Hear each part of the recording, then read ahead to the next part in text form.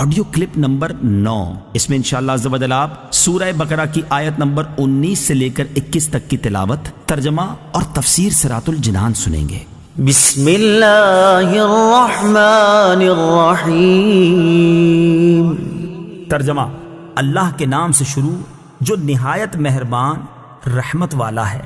او كصيب من السماء فيه ظلمات ورعد وبرق يجعلون أصابعهم في آذانهم من الصواعق حذر الموت والله محيط بالكافرين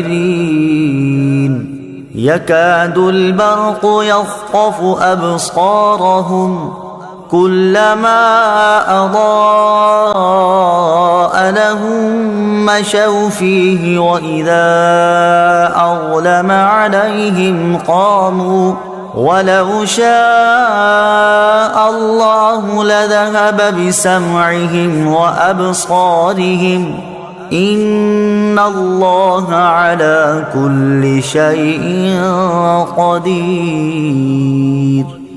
ترجمہ: یا ان کی مثال آسمان سے اترنے والی بارش کی طرح ہے جس میں تاریکیاں اور گرج اور چمک ہے۔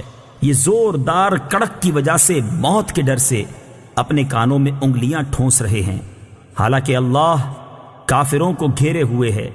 بجلی یوں معلوم ہوتی ہے کہ ان کی نگاہیں اچک کر لے جائے گی۔ حالت یہ ہے کہ جب کچھ روشنی ہوئی تو اس میں چلنے لگے، اور جب ان پر اندھیرا چھا گیا تو کھڑے رہ گئے، اور اگر اللہ چاہتا تو ان کے کان اور آنکھیں سلب کر لیتا۔ بے شک اللہ ہر شے پر قادر ہے۔ او کصیب من السماء، یہ جیسے آسمان سے بارش۔ تفسیر صراط الجنان میں ہے، ہدایت کے بدلے گمراہی خریدنے والوں کی یہ دوسری مثال بیان کی گئی ہے، اور یہ ان منافقین کا حال ہے جو دل سے اسلام قبول کرنے اور نہ کرنے میں متردد رہتے تھے۔ ان کے بارے میں فرمایا کہ جس طرح اندھیری رات اور بادل و بارش کی تاریکیوں میں مسافر متحیر ہوتا ہے، جب بجلی چمکتی ہے تو کچھ چل لیتا ہے، جب اندھیرا ہوتا ہے تو کھڑا رہ جاتا ہے، اسی طرح اسلام کے غلبے اور معجزات کی روشنی اور آرام کے وقت منافق اسلام کی طرف راغب ہوتے ہیں، اور جب کوئی مشقت پیش آتی ہے تو کفر کی تاریکی میں کھڑے رہ جاتے ہیں اور اسلام سے ہٹنے لگتے ہیں۔ اور یہی مقام اپنے اور بیگانے، مخلص اور منافق کے پہچان کا ہوتا ہے۔ منافقوں کی اسی طرح کی حالت سورہ نور آیت نمبر 48 اور 49 میں بھی بیان کی گئی ہے۔ علی کل شیء قدیر، اللہ تعالی ہر شے پر قادر ہے۔ تفسیر صراط الجنان میں ہے، شے اسی کو کہتے ہیں جسے اللہ تعالیٰ چاہے اور جو مشیت یعنی چاہنے کے تحت آ سکے۔ ہر ممکن چیز شے میں داخل ہے، اور ہر شے اللہ تعالیٰ کی قدرت میں ہے، اور جو ممکن نہیں بلکہ واجب یا محال ہے اس سے اللہ تعالیٰ کے ارادے اور قدرت کا تعلق ہی نہیں ہوتا۔ جیسے اللہ تعالیٰ کی ذات و صفات واجب ہیں، اس لیے قدرت کے تحت داخل نہیں۔ مثلا یہ نہیں ہو سکتا کہ اللہ تعالیٰ چاہے تو اپنا علم ختم کر کے بے علم ہو جائے، یا معاذ اللہ جھوٹ بولے۔ یاد رہے کہ ان چیزوں کا اللہ تعالیٰ کی قدرت کے تحت نہ آنا اس کی قدرت میں نقص و کمی کی وجہ سے نہیں، بلکہ یہ ان چیزوں کا نقص ہے کہ ان میں یہ صلاحیت نہیں کہ اللہ تعالیٰ کی قدرت سے متعلق ہو سکیں۔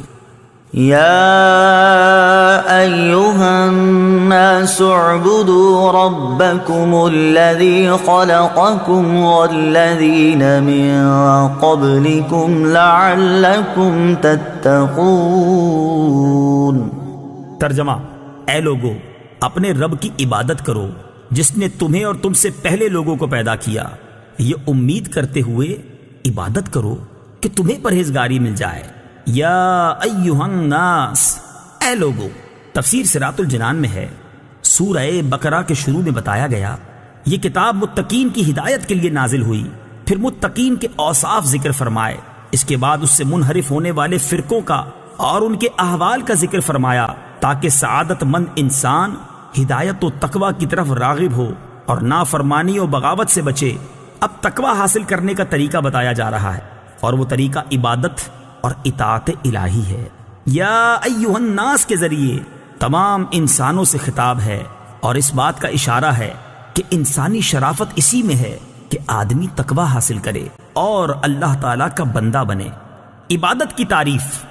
عبادت اس انتہائی تعظیم کا نام ہے جو بندہ اپنی عبدیت یعنی بندہ ہونے اور معبود کی الوہیت یعنی معبود ہونے کے اعتقاد اور اعتراف کے ساتھ بجا لائے۔ یہاں عبادت توحید اور اس کے علاوہ اپنی تمام قسموں کو شامل ہے۔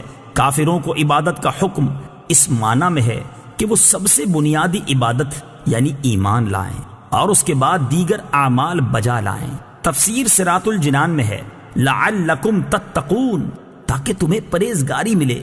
اس سے معلوم ہوا کہ عبادت کا فائدہ عابد ہی کو ملتا ہے، جبکہ اللہ تعالیٰ اس سے پاک ہے کہ اس کو عبادت یا اور کسی چیز سے نفع حاصل ہو۔